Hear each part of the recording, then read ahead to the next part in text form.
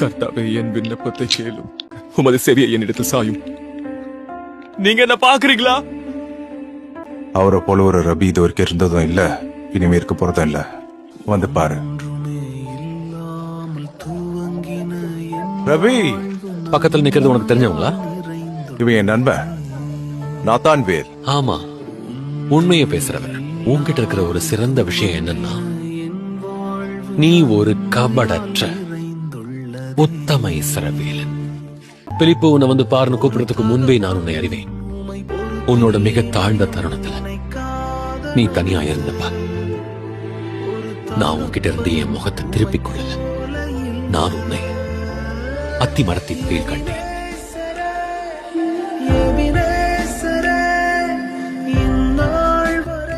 ரவி, இதை விட பெரிதானவைகளை காண்.